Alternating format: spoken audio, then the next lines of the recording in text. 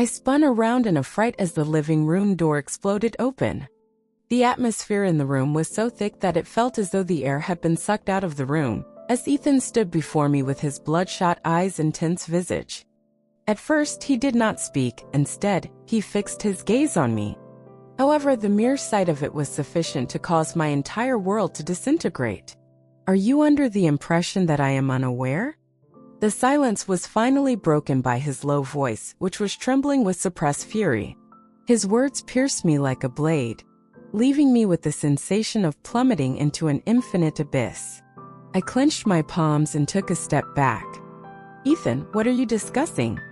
I am unable to comprehend the situation. I endeavored to maintain a composed demeanor, however, the tremor in each syllable exposed my vulnerability.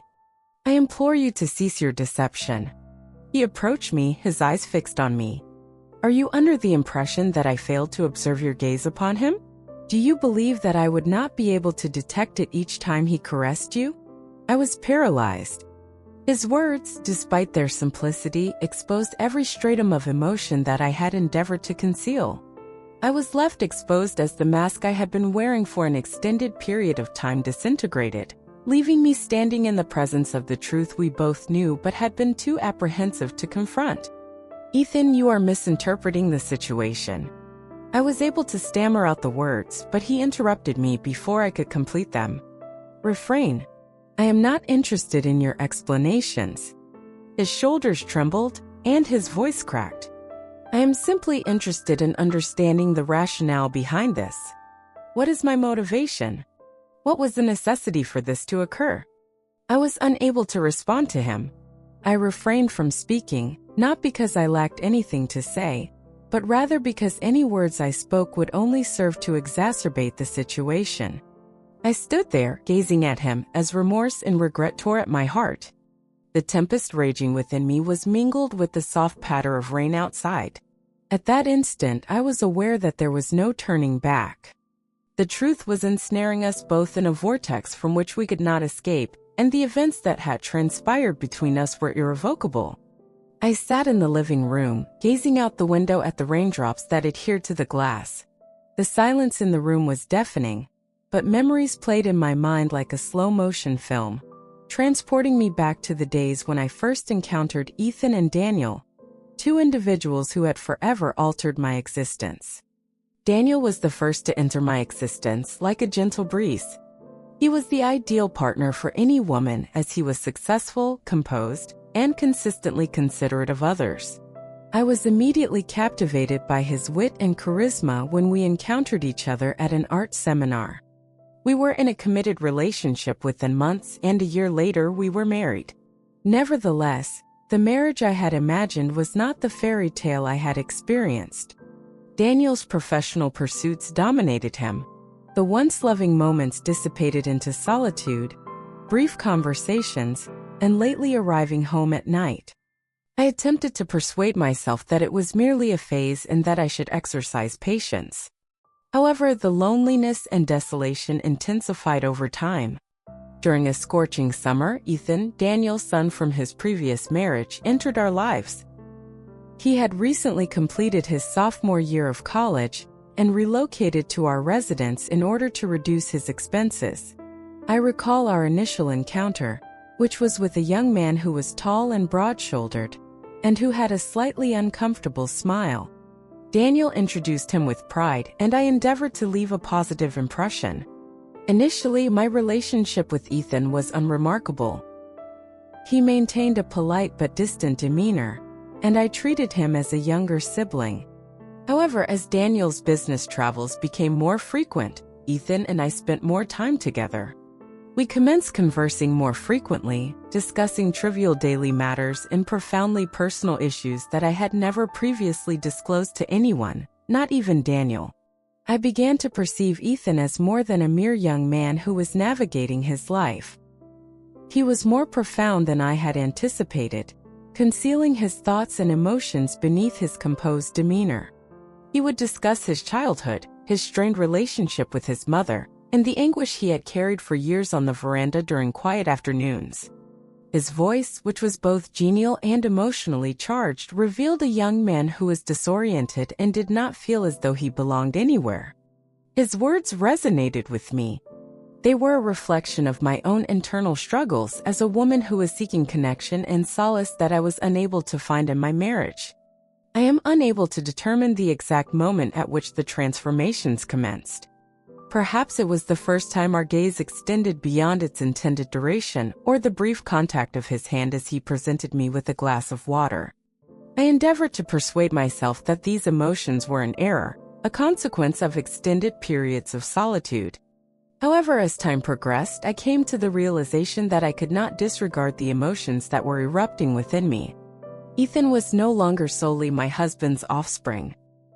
He was the sole individual who genuinely elicited a sense of empathy and recognition in me. Ethan and I were cleaning up after dinner one evening while Daniel was away on a business excursion. He was cleaning the table while I was washing the dishes. Although it was a brief instant, it was laden with significance when I turned and observed him gazing at me. His eyes contained all the emotions that we had never discussed. I was unaware of the reason for my inability to respond to his gaze. However, I was acutely aware that the dynamic between us had changed in that moment. Ethan inched closer, as if he were unable to resist the invisible force that was drawing us together. However, he halted, exhaled deeply, and turned away, as if he were being restrained by an invisible thread. He advised, his voice trembling but unwavering, that you should take a break. I bowed, but a storm raged within me. Those memories resurfaced in my mind repeatedly, serving as a haunting reminder of the extent to which I had allowed events to escalate out of control. I was unable to stop contemplating Ethan's gaze, the manner in which he made me feel as though I was the sole woman in the universe. However, I was aware that if I did not put an end to it, I would demolish everything, including my marriage, family, and self. And then that fateful night arrived, when all the emotions we had been suppressing erupted like an unstoppable tempest. The home was more tranquil than it had ever been that evening. My eyes were unfocused as I gazed at the flames dancing in the fireplace, and Daniel had not returned from his extended business trip. I sat silently on the settee holding a glass of red wine. The table lamp's gentle illumination created a pleasant yet melancholic ambience. I attempted to immerse myself in a book, however, my thoughts were perpetually drawn back to Ethan. What was the onset of these emotions? When did his gaze and voice begin to have such a profound impact on me? I was unable to maintain my balance as I placed the glass on the table, causing my hands to tremor. I abruptly heard footfall emanating from the hallway. Ethan emerged, his hair slightly tousled, and his eyes catching the dim light. He was attired in a t-shirt and trousers. He appeared somewhat taken aback when he encountered me, and he halted in his tracks. "Are you still awake?" he inquired, his voice resonant and tinged with apprehension.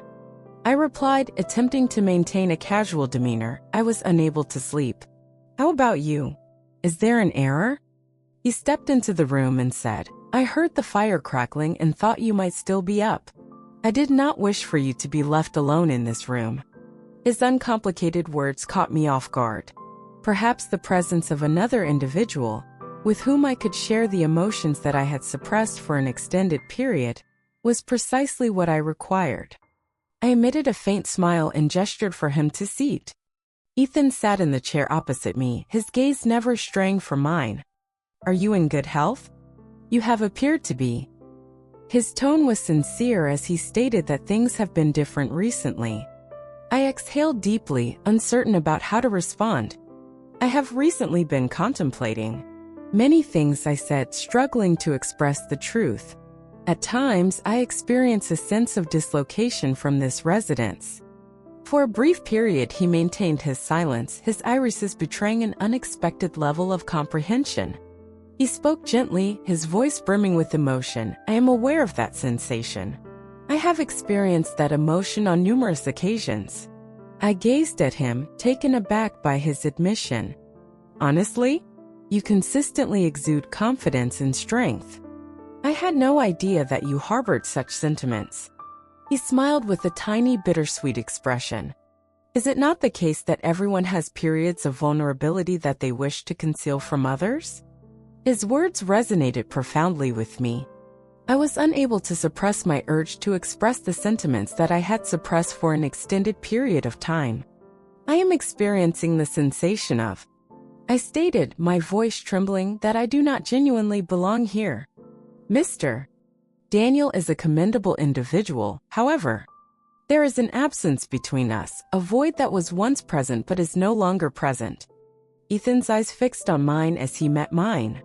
His voice is now subdued, and I comprehend that he stated, there are certain relationships in which, despite the best efforts of both parties, there is an unbridgeable divide. The distance between us became dense with tension, yet also with a sense of unity. It was as though Ethan could see right through me, comprehending the things I had been afraid to express aloud. It was then that an unforeseen event occurred. The home was plunged into darkness as the lights flickered and went out. I attempted to break the silence by stating that it was likely a power disruption. Ethan rose from his seat in order to locate a flashlight. Upon his return, the dim beam illuminated his visage, leading to a scene that was simultaneously familiar and unfamiliar. His eyes were more lucid than they had ever been, despite the fact that everything was blurry in the shadows. Are you in good health? He inquired, his voice mild but tinged with apprehension. Though my voice trembled, I replied, I am fine. I was not feeling well. My heart beat rapidly, and my respiration became increasingly labored. Ethan drew nearer, placing the flashlight on the table, and the feeble light illuminated both of us. He commenced but subsequently ceased, as if he were grappling with his own thoughts. I do not wish for you to experience feelings of isolation. I felt his words penetrate my being. I was acutely aware that I had to intervene, as the situation would rapidly escalate if I ignored it. However, the sincerity and yearning in his gaze left me speechless. The distance between us was decreasing with each passing second as he leaned in. I detected the warmth and intimacy of his exhalation. I was aware that all I needed to do was to step back and speak, and everything would come to a halt. However, I refrained from doing so. I simply stood there, allowing my emotions to override my rationality. It was not a delicate kiss when his lips touched mine. It was a visceral experience, replete with the emotions that we had previously suppressed. Neither of us could deny the turmoil, desire, or anguish. In that brief instant, the world faded away, leaving only the two of us. But then the hallway reverberated with the shrill chime of a phone, jolting us back to reality. Guilt engulfed me like a tidal surge, and I withdrew. Ethan's irises were filled with anguish and regret as he stepped back. I apologize, he stated, his voice trembling. I should not have done so. I interrupted him. I said, Ethan, we cannot do this, my voice faltering. This is a grave error. His gaze betrayed his distress as he nodded. I am aware, he stated before turning and departing, leaving me to feel as though my entire universe had just collapsed. I was aware that everything had undergone an irreversible transformation, and there was no turning back to the previous state of affairs. However, I was also aware that if I did not make a decision at this time, I would destroy everything, including my marriage, family, and self. The clanging of the phone from the hallway abruptly brought us both back to reality. I took a step back, as if I had just awoken from a mesmerizing but perilous dream. For a brief moment, Ethan's eyes fixed on mine, conveying the emotions that we were unable to articulate. The oppressive silence that seemed to bind us together in a state of turmoil, agony, and longing. I was uncertain as to who had glanced away first, but when Ethan turned and exited the room, closing the door behind him, it appeared as though the entire world had been enclosed.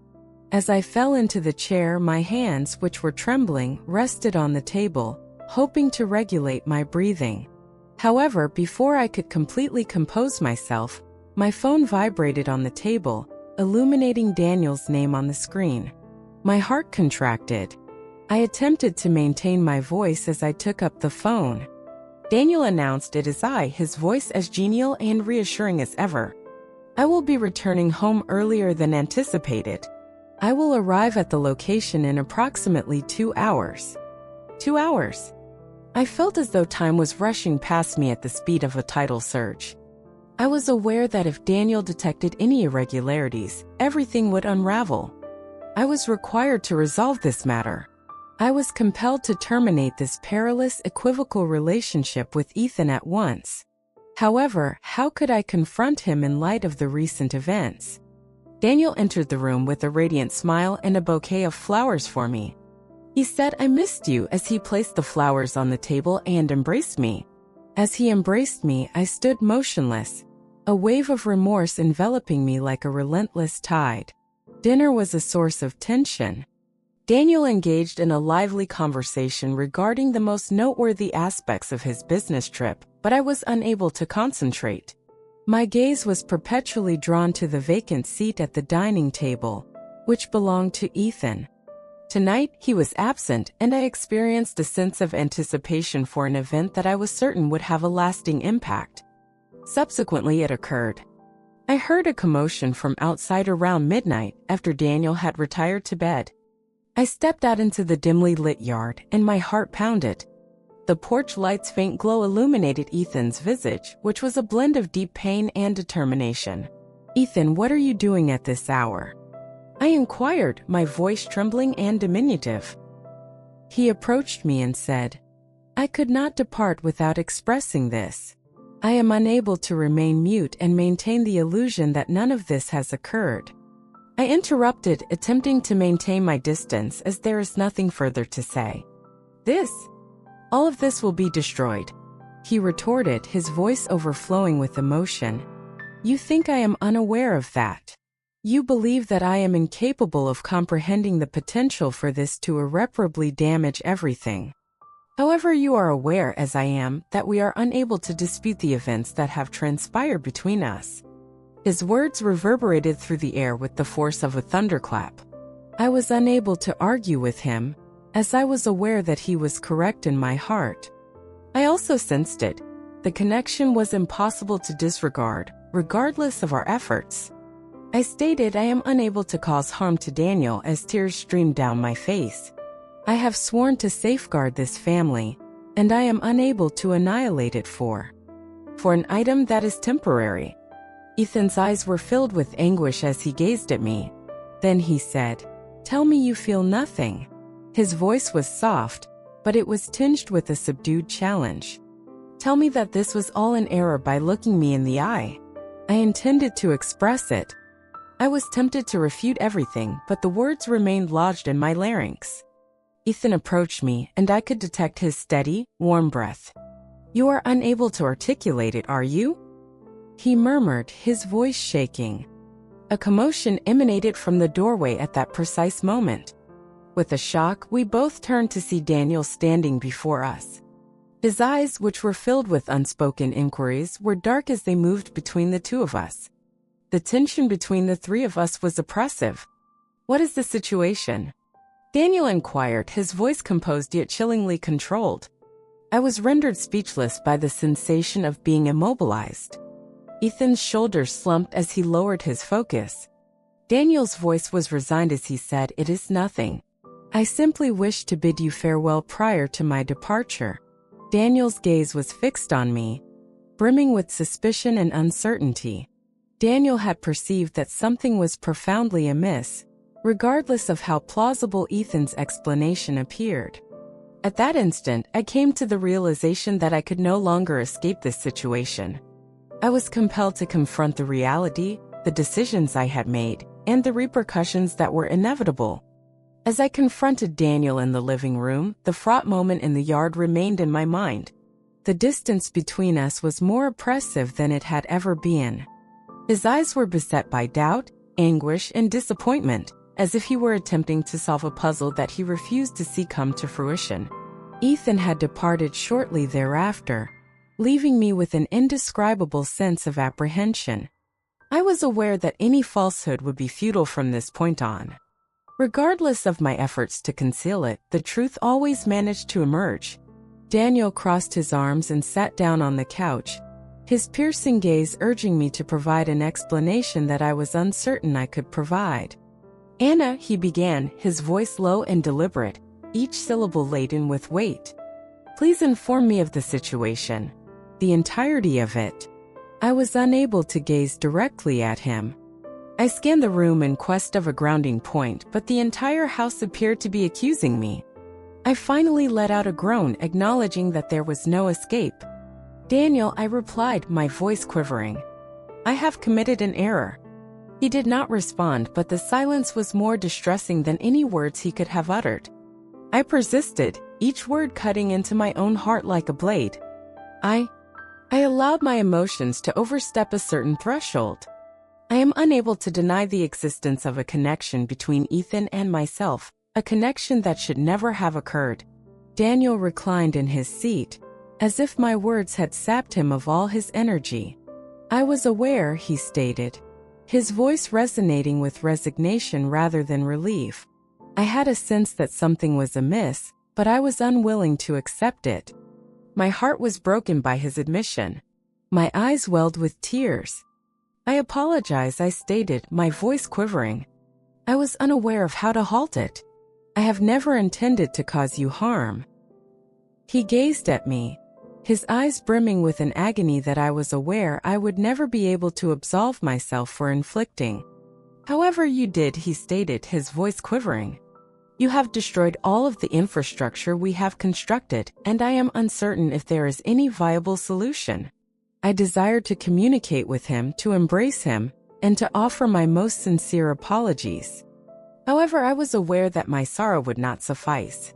Daniel was entitled to superior treatment. Ethan departed the residence the following day. There was no farewell, no indication that he had ever visited. I was aware that I would have to adapt to the gaping void in my bosom, which was all that remained. Despite his continued presence, Daniel became a distant figure.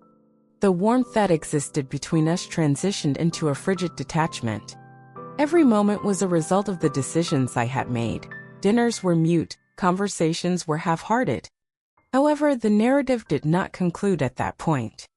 Daniel astonished me by proposing that we dine out a month later. For the first time since the incident, he took the initiative to alleviate the tension. Perhaps I believed he was prepared to forgive me, or at least making an effort to do so. But as we sat down at the table, he gazed at me with a resolve that I had never witnessed before. He addressed Anna with a composed yet determined tone. I desire for us to part ways. Upon hearing the words, I was paralyzed by their impact. Daniel, I replied, you are unable to accomplish this. We have the capacity to overcome this. I am confident that we can. His gaze remained unwavering as he shook his head. Although this is not my preference, it is the necessary course of action.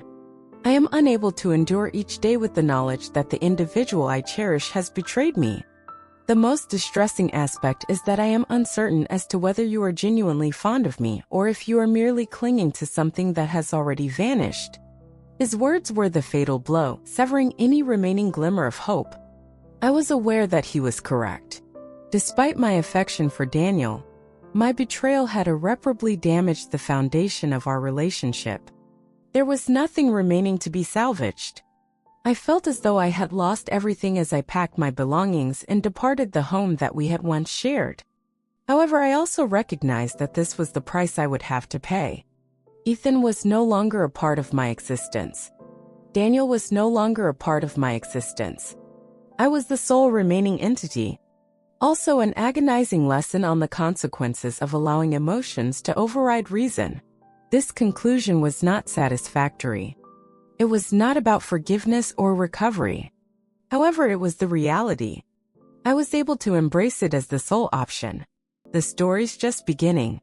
There are more broken hearts and dark secrets ahead. Hit like, subscribe, and keep exploring with Love Missteps.